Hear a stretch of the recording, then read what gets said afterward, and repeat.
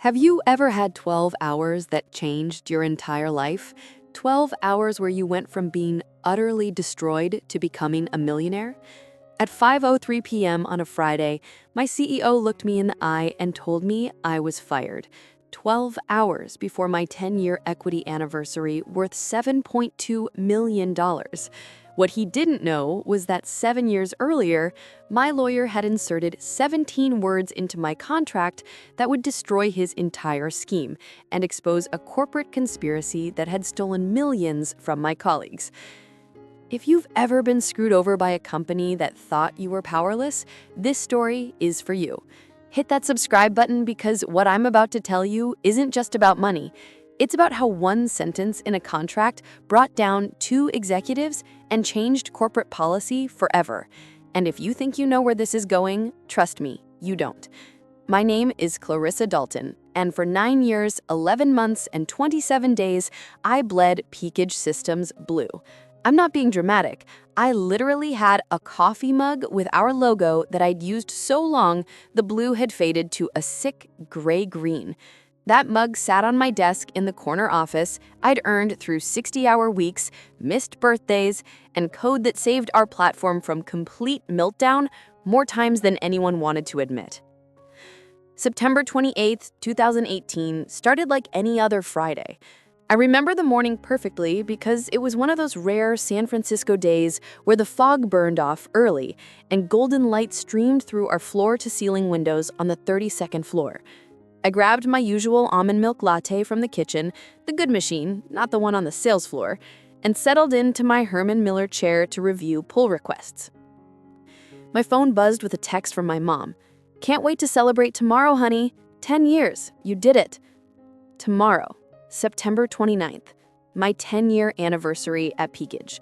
The day my equity cliff fully vested, $7.2 million in shares that would finally, completely, irrevocably be mine.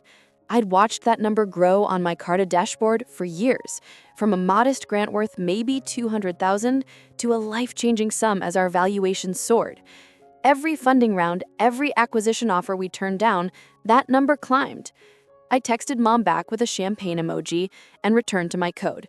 The platform migration I'd been leading for 6 months was finally entering its final phase. My team of 12 engineers had been working round the clock to ensure zero downtime as we moved our entire infrastructure to a new architecture I'd designed. It was the kind of project that looked great on performance reviews, the kind that justified the senior principal engineer title they'd given me 2 years ago. At lunch, I sat with Andre Okonkwo, another senior engineer who'd started just 3 months after me. We ate overpriced salads from the place downstairs and talked about his daughter's college applications. "MIT's her first choice," he said, spearing a piece of grilled chicken. "The tuition's going to kill me, but after my cliff vests in December, it won't matter." 3 more months, I said, raising my kombucha and a mock toast. "We're almost there, Andre, the Decade Club." He clinked his bottle against mine, but something flickered across his face, a shadow of worry I didn't understand at the time. Yeah, almost there. The afternoon flew by in a blur of Slack messages, Jira tickets, and code reviews. I was deep in a particularly complex merge conflict when my calendar dinged. A meeting had just been added for 5 p.m., quick sync, Quentin's office. Quentin Carter, our chief technology officer, my boss's boss's boss, the kind of executive who usually communicated with me through 3 layers of management or a brief nod in the elevator. And 4 years since he joined Peakage, we'd had maybe 5 direct conversations, all of them about critical technical decisions. I glanced at the clock, 4:47 p.m., 13 minutes to prepare for whatever fire needed putting out. I saved my work, grabbed my notebook, the Moleskine I'd used for every important meeting, and headed to the executive floor. The elevator ride to 35 felt longer than usual. The usual ding of each floor seemed muffled, distant. When the doors opened, the executive floor's aggressive minimalism hit me. White walls, black furniture, and abstract art that probably cost more than my annual salary. The air even smelled different up here. Some expensive diffuser scent that was supposed to promote focus and innovation. Quentin's assistant, a young woman whose name I'd never learned, didn't look up from her screen. He's ready for you." I knocked on the heavy oak door, real wood, not the laminate stuff we had downstairs. "Come in." Quentin's office was a monument to corporate success. Floor-to-ceiling windows showcased the Bay Bridge. His desk, a single slab of Italian marble, held nothing but a closed MacBook and a Mont Blanc pen. He stood with his back to me, hands clasped behind him, studying the view like a general surveying a battlefield. "Clarissa, please, sit." The chair across from his desk was deliberately uncomfortable, a power play designed to keep meetings short. I sat anyway, notebook open, pen ready. He turned around, and that's when I knew. It wasn't his expression. Quentin had the kind of face that could announce layoffs or record profits with the same mild disinterest. It was the folder on his desk, thick, legal-sized, the kind HR prepared when they wanted everything documented. "I'll get straight to the point," he said, settling into his chair with the controlled grace of someone who practiced executive presence in the mirror. "We're restructuring the engineering organization. Your position has been eliminated, effective immediately." The words hit me physically. My chest tightened, my hands went cold, the notebook in my lap suddenly weighed 1,000 pounds. "I'm sorry, what?" My voice sounded distant, like someone else was speaking. "Quentin, I'm leading the platform migration. My team has been reassigned to Marcus Whitman. He'll take over the migration effective Monday." Marcus, a senior engineer 2 levels below me who'd been at the company for 3 years. Marcus, who'd asked me for mentorship 6 months ago. Marcus, who didn't know the first thing about our legacy architecture. This doesn't make sense. I heard the desperation creeping into my voice and hated it. My performance reviews have been exceptional. I just got the highest rating possible. I've saved this company millions in prevented outages. I designed the entire new architecture. Clarissa. He held up a hand, manicured, of course. A silver Rolex caught the light. "This isn't about performance. It's about strategic direction. We're moving towards a different technical philosophy, one that requires fresh perspectives." Fresh perspectives. Corporate speak for "we found someone cheaper," or "we need a scapegoat," or, as I would later learn, "we don't want to pay what we owe you." "My equity," I started, "will be handled according to your employment agreement. Unvested shares are forfeited upon termination, standard policy."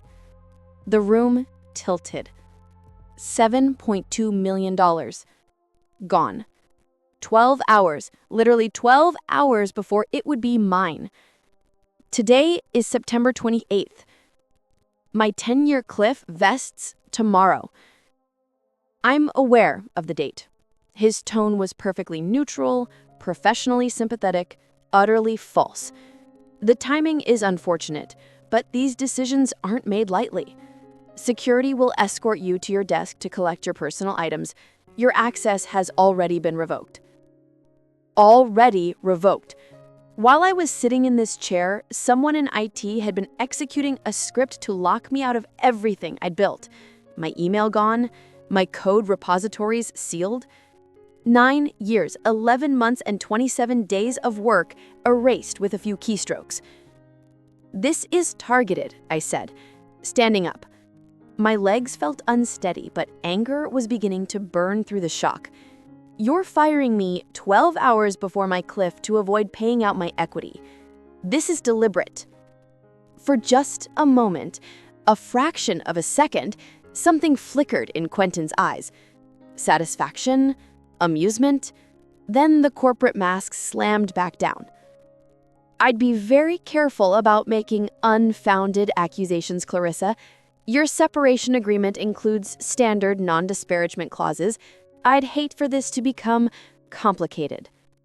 He slid the folder across the marble desk. "Everything you need is in here. Severance details, COBRA information, the separation agreement. I suggest you review it carefully, with a lawyer if you prefer, though I think you'll find the terms are quite standard. Standard. Nothing about this was standard. How long do I have to review it? We'd like it signed by end of business Monday. The severance offer, 2 months' pay, is contingent on timely execution. 2 months' pay. About $40,000 pre-tax in exchange for $7.2 million in equity? The math was insulting, it was almost funny. A knock on the door interrupted my spiral towards either tears or violence. 2 security guards entered. Not our usual friendly building security, but outsourced contractors with earpieces and expressions that suggested they'd done this before. Miss Dalton, the taller one's voice was professionally polite. We're here to escort you to your desk. The walk from Quentin's office to the elevator was the longest of my life.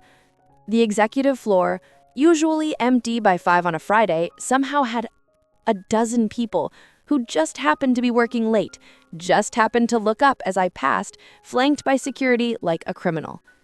I recognized Warren Concade, our general counsel, standing by the coffee machine, watching. He raised his mug in what might have been acknowledgement or mockery. The elevator descended in silence, 35 to 32. 3 floors, 90 feet, from executive to unemployed. The engineering floor was mostly empty, normal for 5:20 p.m. on a Friday, but somehow word had already spread. The few remaining engineers looked up from their screens, then quickly away. Nobody met my eyes, nobody said goodbye. My desk, my former desk, had already been ransacked. My personal items were boxed, the faded peakage mug, a succulent I'd kept alive for 3 years, a photo of my nephew at his high school graduation, my collection of conference badges, and the stress ball shaped like a server that Andre had given me as a joke. 5 minutes, the shorter guard said. I pulled out my personal laptop. They couldn't take that, and forwarded myself the termination documents from my personal email before they could think to stop me. Then I grabbed the box and let them march me to the exit. The last thing I saw as the elevator doors closed was my whiteboard still covered with the migration architecture I'd designed. Monday morning, Marcus would stand in front of it pretending he understood what any of it meant. The building's lobby was all marble and glass, designed to impress visitors with peepage success. My footsteps echoed as security escorted me to the street door.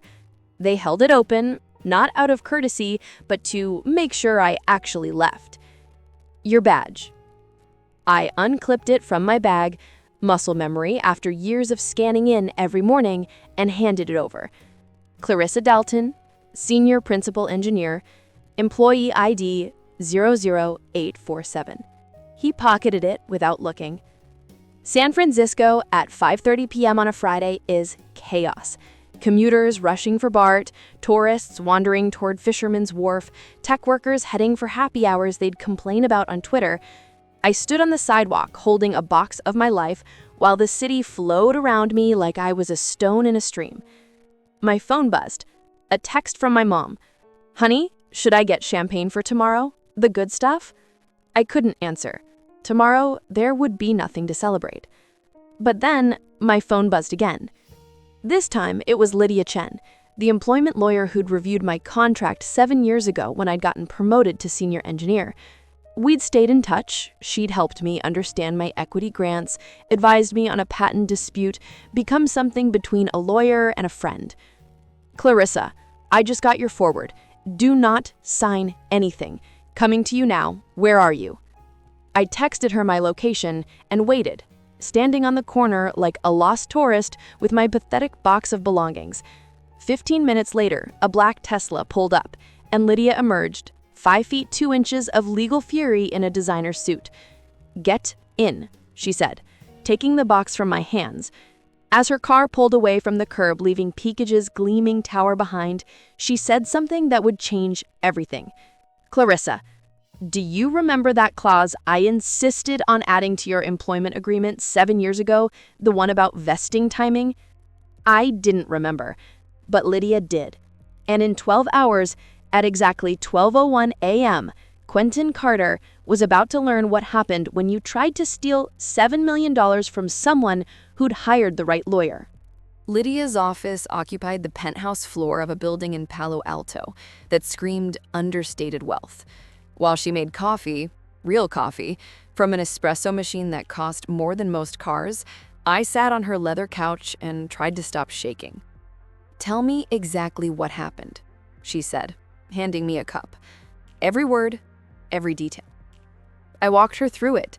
The sudden meeting, Quentin's practiced indifference, the security escort, the 12-hour gap between my termination and my cliff.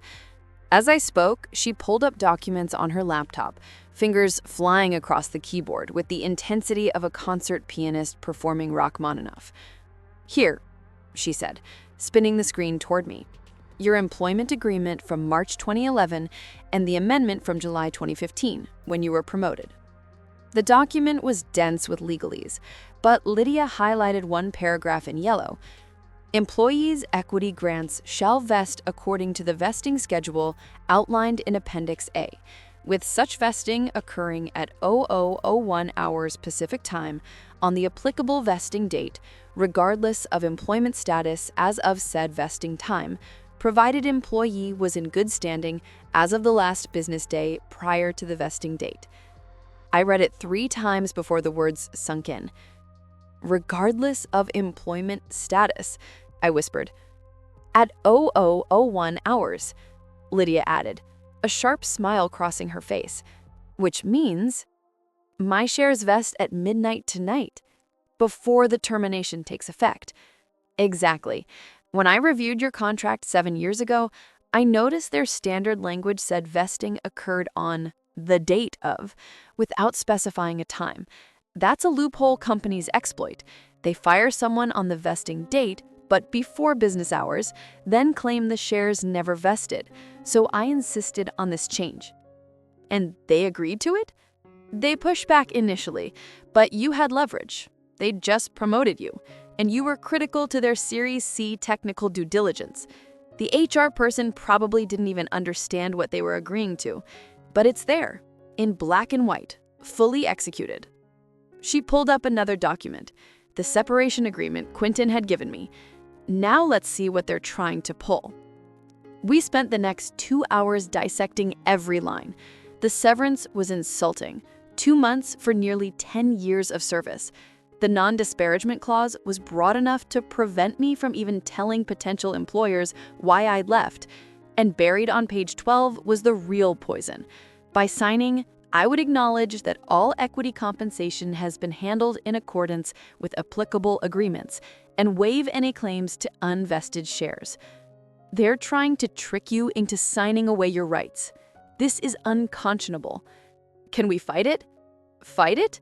She laughed. Not a happy sound. "Clarissa, we're going to destroy them. But first, we wait. Don't sign anything. Don't respond to any communications from them. At 12:01 a.m. tonight, your shares vest. Then we make our move." I went home to my apartment in Potrero Hill, a 1-bedroom I'd been renting for 6 years, always telling myself I'd buy something once my equity vested. The irony wasn't lost on me. I sat on my couch with my laptop, refreshing my Carta dashboard obsessively. 11:47 p.m. Unvested shares, 72,000. Value at current 409A valuation, $7,234,800. 11:58 p.m. Still unvested. 11:59 p.m. My heart was pounding so hard I could hear it. 12 a.m. The page refreshed. 12:01 a.m. Vested shares, 72,000. Status, fully vested. I took a screenshot, then another. Then I recorded a video of myself refreshing the page, showing the timestamp, showing the vested status. I emailed everything to Lydia and to my personal Gmail as backup. At 12:03 a.m., Lydia texted, "Congratulations, you're officially a millionaire. Now let's make sure you stay one." I didn't sleep that night. How could I? I'd gone from fired and ruined to technically wealthy in the span of 7 hours. But technically was doing a lot of work. Peakridge still controlled the shares, and they would fight tooth and nail to avoid paying out. Monday morning came too quickly and not fast enough. At 8 a.m. sharp, my phone rang. Quentin: "Clarissa, I trust you've had time to review the separation agreement. We need it executed today to process your severance." "I've reviewed it," I said carefully, Lydia's instructions echoing in my head. "I have some concerns." "Concerns?" His voice carried a note of irritation. "The terms are standard. The equity language seems inconsistent with my employment agreement." Silence. "Then, your unvested equity was forfeited upon termination. This is clearly stated in your original agreement." "My equity vested at 12:01 a.m. on September 29th. My termination was effective at 5 p.m. on September 28th, but the vesting occurred before the end of the vesting date." "That's not how it works, Clarissa. You were terminated before the vesting date." I was terminated on September 28th. The vesting date was September 29th. According to my employment agreement, shares vest at 001 hours on the vesting date, regardless of employment status. More silence. Longer this time. "I'll have legal review this and get back to you," he said finally. The call ended without goodbye. 30 minutes later, my phone exploded with calls. Warren Concade, the general counsel, Michelle from HR, Quentin again. I didn't answer any of them. At 10 a.m., an email arrived from Warren, CCing what looked like half the executive team. "Ms. Dalton, it has come to our attention that you are claiming rights to unvested equity following your termination. This claim is without merit. Your employment ended at 5 p.m. on September 28th. Any equity not vested at the moment of termination is forfeited. We are prepared to offer a one-time settlement of $2.2 million for you to sign the separation agreement and release all claims to additional equity. This offer expires at 5 p.m. today. Warren Concade, General Counsel, Peakage Systems." $2.2 million. Less than a third of what my shares were worth. Lydia called immediately. "They're scared. They reviewed your contract and realized their mistake. That's why they're lowballing. They're hoping you'll take quick money rather than fight." "Should I counter?" "No. We're going to demand the full value, every penny, and we're going to get it." She drafted our response, a masterpiece of legal precision. "Mr. Concade, my client's position is clear. Her equity vested at 001 hours on September 29, 2018, pursuant to Section 4.3A of her employment agreement as amended July 15, 2015. At the time of vesting, she was in good standing, having been terminated after the last business day prior to the vesting date. Ms. Dalton is entitled to the full value of her 72,000 vested shares. We calculate this value at $7,234,800 based on Peakage's most recent 409A valuation. We are prepared to resolve this matter amicably.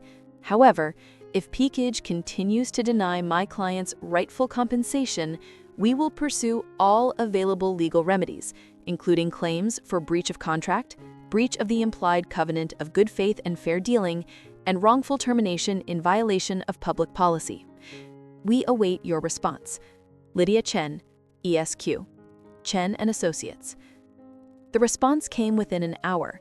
A phone call from Warren to Lydia, which she put on speaker. "Ms. Chen, your client's interpretation of the contract is creative, but incorrect. No court would uphold such a reading. Would you like to test that theory, Mr. Concade? Because I have 17 other Peakage employees who were terminated just before vesting cliffs who might be interested in joining a class action." Silence. I could practically hear Warren's blood pressure rising through the phone. "How do you know about other employees?" "My client has friends, Mr. Concade. Friends who've noticed a pattern. Andre Okonkwo, terminated 3 days before his December cliff last year. Yolanda Martinez, fired a week before her 5-year vest. Should I continue?" "We're willing to go to $3.5 million. $7.2 million, plus severance commensurate with her tenure, plus extended benefits. That's extortion?" "That's contract law. You have 48 hours to respond." She hung up. 17 employees? I asked. I might have rounded up, but Andre Israel. He called me after you were terminated. Apparently, word is spreading through the Peakage alumni network. You weren't the first, Clarissa. You're just the first who had the right contract language. Over the next 2 days, the offers increased. 3.5 million, 4.1 million, 5 million. Each time, Lydia responded with the same number, $7,234,800. Then, everything changed. On Wednesday morning, instead of another settlement offer, we received a lawsuit. Peakage Systems, Inc. versus Clarissa Dalton. They were suing me, claiming I had negotiated my employment contract in bad faith, that the vesting clause was fraudulently inserted, that I had conspired to manipulate my termination date to trigger the clause. I'm insane, I said, reading through the complaint in Lydia's office. They're saying I somehow tricked them into firing me? It's a pressure tactic, Lydia explained, but her expression was grim. They're trying to bury you in legal fees, make the fight so expensive and stressful that you'll settle for less. Can they win? No, but they can make your life hell for 2 years while we fight. I thought about my mom, who had been texting me all week asking if everything was okay. I thought about my nephew, whose college tuition I'd promised to help with. I thought about my savings account, healthy for a software engineer, but nowhere near enough to fund a protracted legal battle against a company with a $3 billion valuation. What do you recommend? Lydia leaned back in her chair, fingers steepled. We fight, but not just for you. We're going to discovery, and we're going to find every email, every document, every communication about their equity optimization strategy. We're going to expose the whole thing. I can't afford. Contingency, she interrupted. I'll take 30% of whatever we recover above the $5 million they already offered. If we lose, you owe me nothing. Why would you do that? Because I've been watching Silicon Valley companies pull this shit for 15 years, and I'm sick of it. And because when we win, and we will win, it's going to set a precedent that protects every employee in the Valley. I signed her engagement letter that afternoon. The real war was about to begin. Discovery in corporate litigation is like archaeology conducted with lawyers instead of brushes. For 3 months, Lydia and her team excavated Peakage's internal communications with surgical precision. And what they found was more damaging than even we had imagined. It started with a simple request: all emails between Quentin Carter and Warren Kincaid containing my name from the 6 months prior to my termination. Peakage's lawyers fought it, claiming it was overly broad, but the judge, a no-nonsense woman named Helen Okoye, who'd worked in tech before law school, disagreed. If Peakage claims Ms. Dalton's termination was for legitimate business reasons, Judge Okoye said at the hearing, then surely their communications will reflect that. Produce the documents. I was in Lydia's office when the first batch arrived. 42,000 pages of emails, documents, and Slack messages. Her paralegal team had been working around the clock with an e-discovery platform, using keywords to filter the noise. Clarissa, Lydia called me at 11 p.m. on a Thursday. You need to see this. The email was dated June 15, 2018, 3 months before my termination. From Quentin to Warren. Subject: Q3 Equity Optimization. Warren, per our discussion, I've identified several high-value vesting events in Q3, Q4 that we should evaluate. Dalton's 10-year cliff, September 29th, represents $7.2 million in dilution. Can we structure her exit to avoid the equity liability? Performance issues would be ideal, but strategic restructuring works too. QC. I read it 3 times before the full impact hit me. They planned this in June? Keep reading, Lydia said. Warren's response. Q. Dalton's tricky. Her performance is exemplary on paper. No pips, no complaints. Recent promotion. Restructuring is our best angle. I recommend timing for September 28th to maximize the gap from vesting. We'll review her contract for any issues. Also flagging Andre Onkonkwo, December 15th, Christopher Yuan, January 3rd, Malcolm Torres, February 20th. Combined potential savings, $18.3 million. $18 million? I whispered. They were planning to steal $18 million from their employees? It gets worse, Lydia said, pulling up another email chain. This one included the CFO, Patricia Sims. Team, board is pushing hard on margins for the IPO roadshow. Every point matters.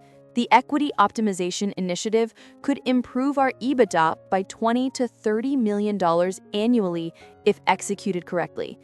Key is timing and documentation. Legal needs to ensure we're bulletproof on the terminations. No patterns that could suggest discrimination or bad faith. Patricia. Quentin's response was damning. Agreed on documentation. We'll spread the terminations out. Different departments, different reasons. Dalton's engineering, Okonkwo is platform, Yuan is infrastructure. Make it look organic. For Dalton specifically, I'll handle personally. She trusts me enough that she won't see it coming. She trusts me enough that she won't see it coming? I had to run to Lydia's bathroom to throw up. When I came back, she was on the phone with someone. Yes, Your Honor. We'll file the motion tomorrow morning. Yes, we believe it shows a clear pattern of bad faith. Thank you. She hung up and turned to me. We're filing for summary judgment on your contract claim and adding claims for fraudulent termination and intentional infliction of emotional distress. But first, I want to depose Quentin. The deposition was scheduled for November 30th in a conference room at Peakage's law firm, Morrison, Klein & Associates, a white shoe firm that charged $1,500 an hour. I was allowed to attend, but instructed to say nothing, no matter what was said. Quentin arrived in a $5,000 suit, accompanied by 3 lawyers. He looked older than I remembered, stress etched in lines around his eyes. He didn't acknowledge my presence. Lydia started gently, establishing background, his role, his responsibilities. Then she pounced. Mr. Carter, I'm showing you what's been marked as Exhibit 47. Do you recognize this email? It was the June 15th email about equity optimization. I'd have to review it. Take your time. He read it slowly, his jaw tightening. Do you recall writing this email? I write many emails. But do you recall writing this specific email about structuring Ms. Dalton's exit to avoid the equity liability? His lawyer objected. Argumentative, calls for speculation, about 6 other things. Judge Okoa's magistrate, participating by phone, overruled them all. You may answer, Mr. Carter. I don't specifically recall. Let me refresh your memory. You wrote, quote, can we structure her exit to avoid the equity liability? What did you mean by that? I was exploring various organizational scenarios. Scenarios where Ms. Dalton would be terminated before her equity vested, among other possibilities. What other possibilities were you considering besides terminating Ms. Dalton before September 29th? I'd have to review my notes. Did you keep notes? No. For 6 hours, Lydia systematically destroyed him. She had emails where he discussed my performance issues that mysteriously never appeared in any performance review. She had Slack messages where he joked with Warren about solving the Dalton problem. She had a spreadsheet, an actual spreadsheet, calculating the exact savings from terminating employees at various dates before their cliffs. The smoking gun came near the end. Mr. Carter, I'm showing you Exhibit 112. This is a presentation you gave to the board on August 10th, 2018. Can you read slide 23? He looked at it like it might bite him. Out loud, please. Human Capital Efficiency Initiative. Projected savings, Q3, Q4, $7.2 million Dalton, $3.1 million Onkonkwo, $2.8 million Yuan. You presented my client's termination as a cost saving to the board 6 weeks before you fired her? This was a hypothetical scenario. With her name, with the exact amount of her equity? His lawyers called for a break. When they returned, Quentin had clearly been coached. I don't recall the specifics of that presentation. But it was too late. The damage was done. 2 weeks later, we deposed Warren. He was smoother than Quentin, but no less damaging. He admitted to reviewing my contract, looking for ways to avoid the vesting clause. So you were aware of the 00:01 language? I became aware of it after the termination. Really? She pulled up an email. This is from you to outside counsel on September 10th, 18 days before Ms. Dalton's termination. You wrote, "Need you to review the Dalton employment agreement, specifically the vesting timing language. Is there any way around the 00:01 clause?" Warren's face went gray. What was their response? "I'd have to review." I have it here. They said, quote, "The language is unambiguous. If she is terminated on the 28th after business hours, shares would still vest at 00:01 on the 29th. Recommend terminating earlier if goal is to avoid vesting." I don't recall receiving that advice. You don't recall the email you forwarded to Quentin with the comment, "We need to move the date up"? Game over. But the most devastating deposition was Patricia Sims, the CFO. She broke completely. Maybe it was guilt, maybe it was fear of personal liability, but halfway through, she started crying.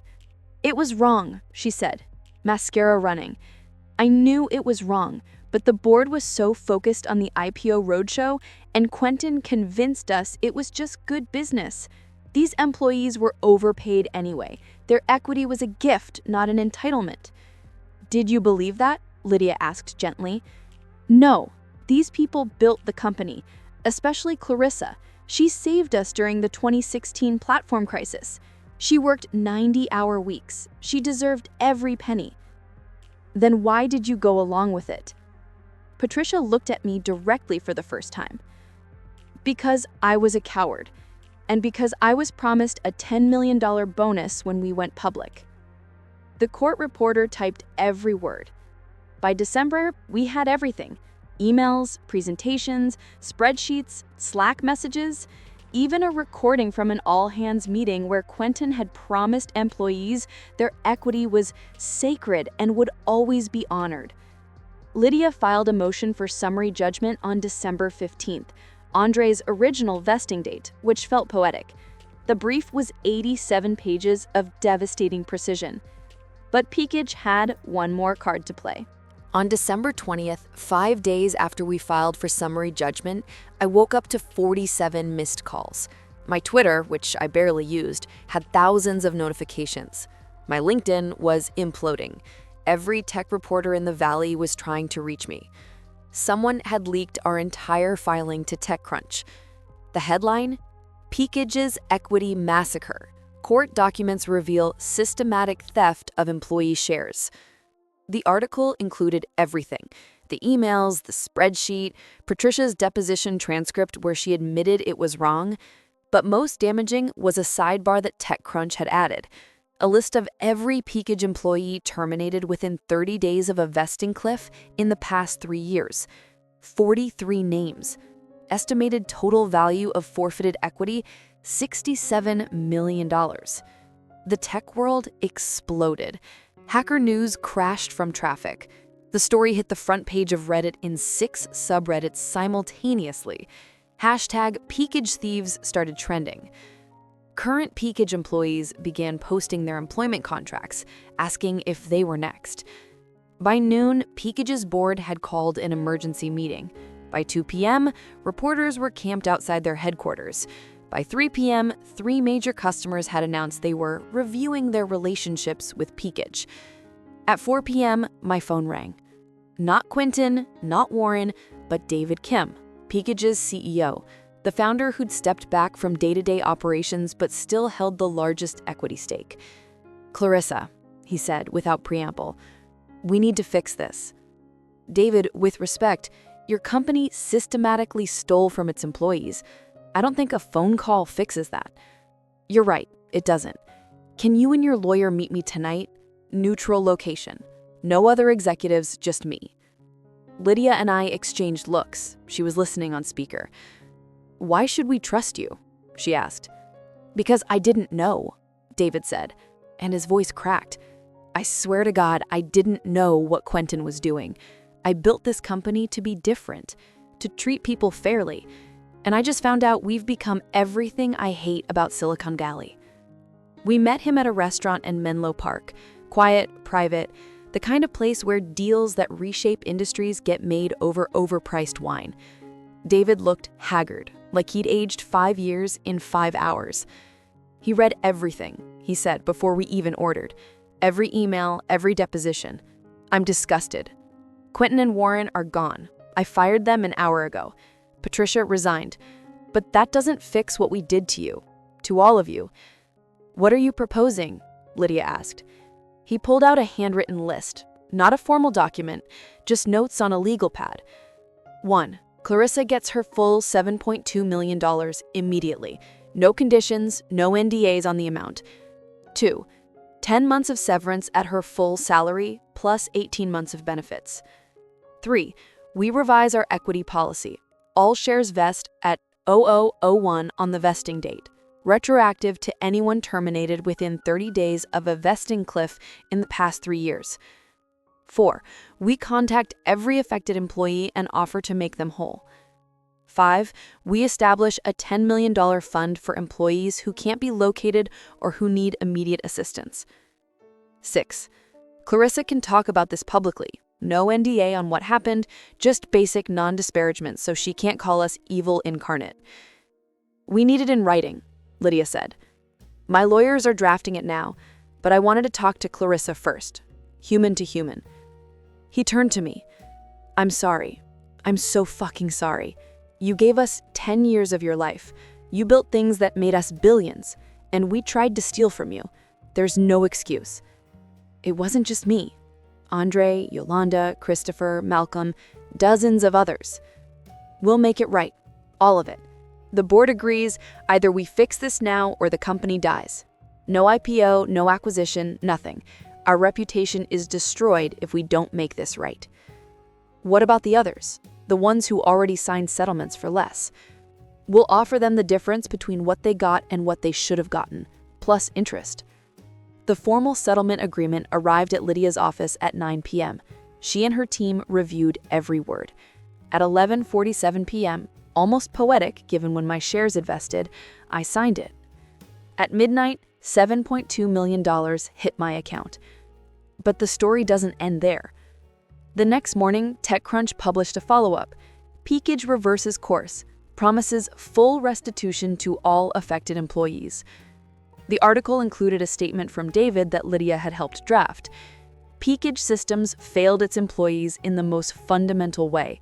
We violated the trust of the people who built this company.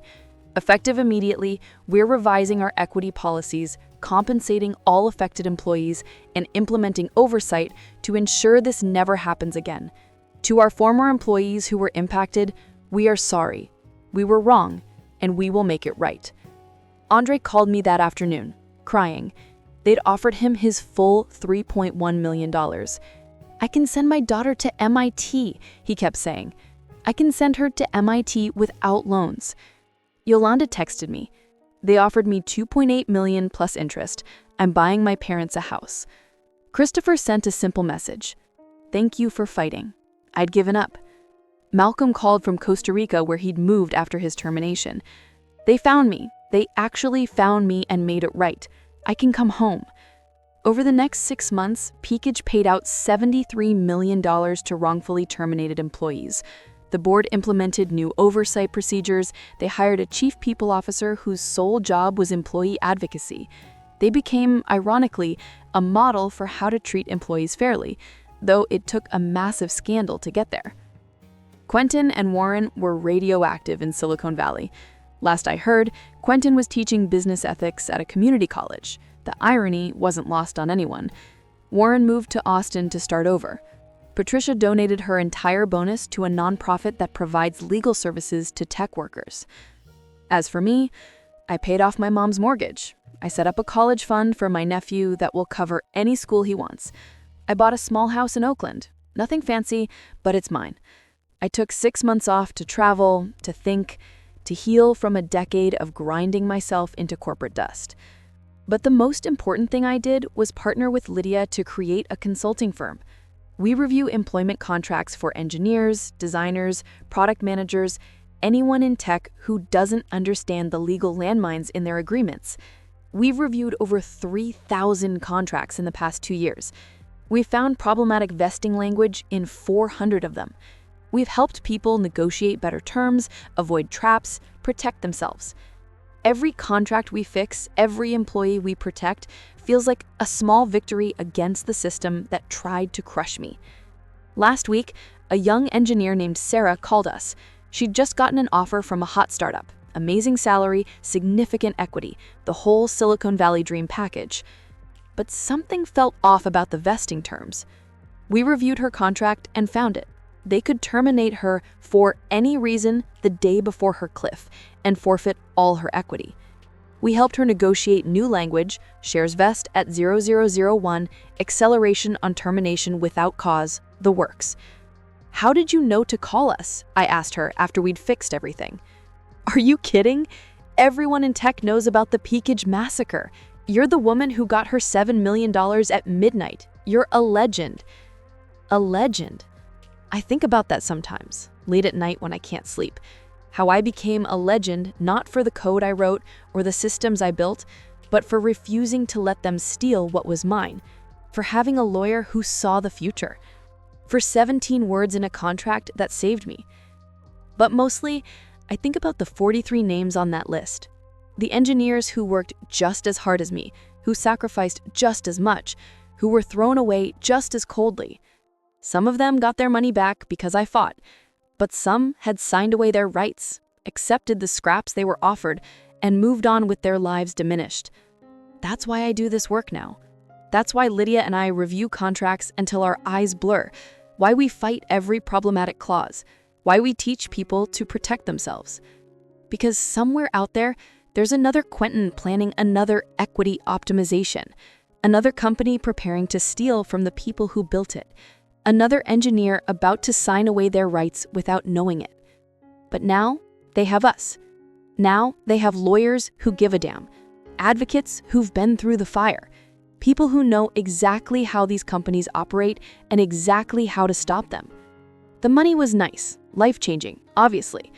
But the real revenge, the real $7 million victory, it's every contract we fix, every employee we protect, every company that thinks twice before trying to pull this shit because they know we're watching. They thought they were taking everything from me at 5:03 p.m. on a Friday. They had no idea they were creating their worst nightmare, someone with the resources, the knowledge, and the motivation to make sure it never happens to anyone else. And that's worth more than all the equity in Silicon Valley. You know what nobody tells you about winning? It's quiet.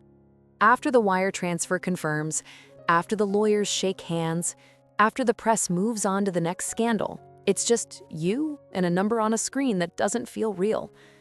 I sat in my Oakland house last month, sorting through old boxes from my Peakage days. I found that faded coffee mug, the one security had packed up for me. The logo was barely visible now, just a ghost of blue on ceramic. I almost threw it away. Then I decided to keep it. It sits on my desk at the consulting firm now, holding pens. Every time a client asks about it, I tell them the story, the whole story. And then I tell them to read their contracts. Every word, every clause, every bit of punctuation that could mean the difference between security and devastation. Sometimes I run into former Peakage people.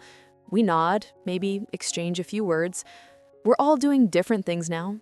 Some started companies, some joined nonprofits, some left tech entirely. But we all carry the same scar, the same knowledge that the companies we pour ourselves into can turn on us in an instant. Andre's daughter got into MIT. She's studying computer science with a minor in labor law. I want to build things, she told me at her graduation party, but I also want to protect the people who build them. That's the real victory, not the money in my account or the executives who lost their jobs. It's the next generation learning from our pain, entering the workforce with their eyes open, their contracts solid, their rights protected. Every Thursday at 5 p.m., yes, that specific time was intentional, Lydia and I host free contract review sessions for junior employees. The conference room is always packed. These kids, fresh out of college, clutching offer letters from companies promising to change the world, they listen to our war stories with wide eyes. Then they hand over their contracts, and we teach them to fight.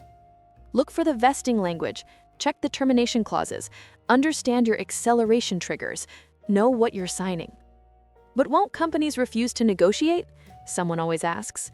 Some will, I answer honestly, and that tells you everything you need to know about whether you should work there. The truth is, the peakage scandal changed things. Not enough, never enough, but it moved the needle. Employment lawyers across the valley now call unclear vesting language a peakage clause. Some VCs started requiring portfolio companies to have employee-friendly equity terms. A few state legislators introduced bills to protect employee equity rights, though they're still stuck in committee.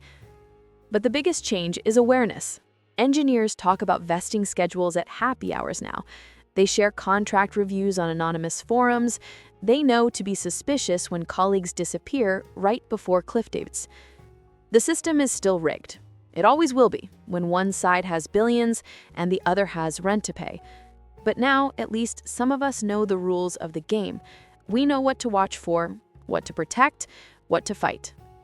Last week, Peakage announced their IPO. They're valued at $8 billion now. The prospectus lists their employee-first culture as a key differentiator. David Kim sent me a message before the announcement. "We wouldn't be here without what you did. The company you helped us become is the one that deserves to go public." I didn't respond. Some bridges, even rebuilt, are better left uncrossed. But I did watch the stock price on opening day. It soared, up 47% in the first hour.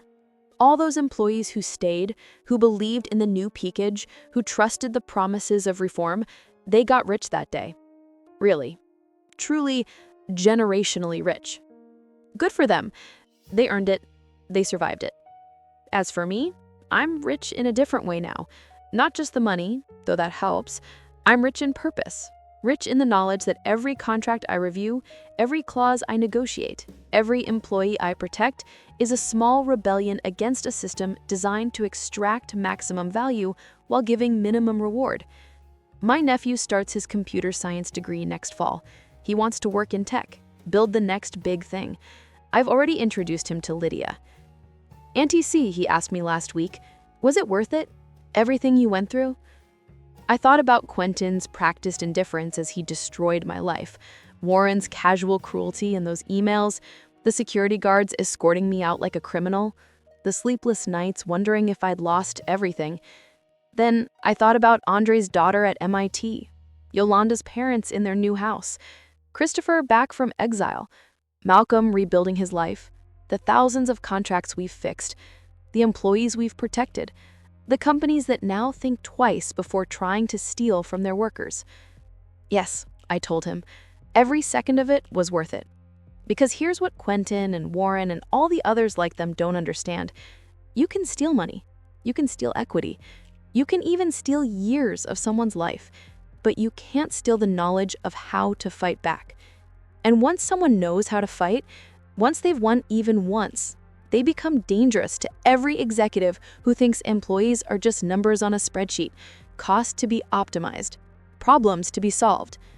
I'm that danger now. Lydia is that danger.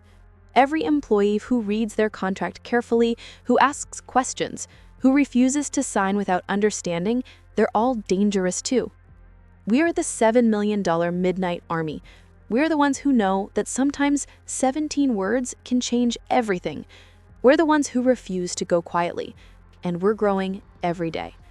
If this story resonated with you, if you've ever been screwed over by a company, if you've ever felt powerless against corporate machinery, if you've ever wondered if fighting back is worth it, Hit that subscribe button and share this with someone who needs to hear it.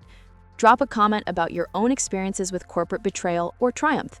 And remember, read your contracts, every single word, because sometimes the difference between devastation and victory is hidden in the fine print, waiting at 00:01 hours, 17 words that could save your life. Until next time, this is your reminder that the best revenge isn't just living well, it's making sure they can never do it to anyone else again.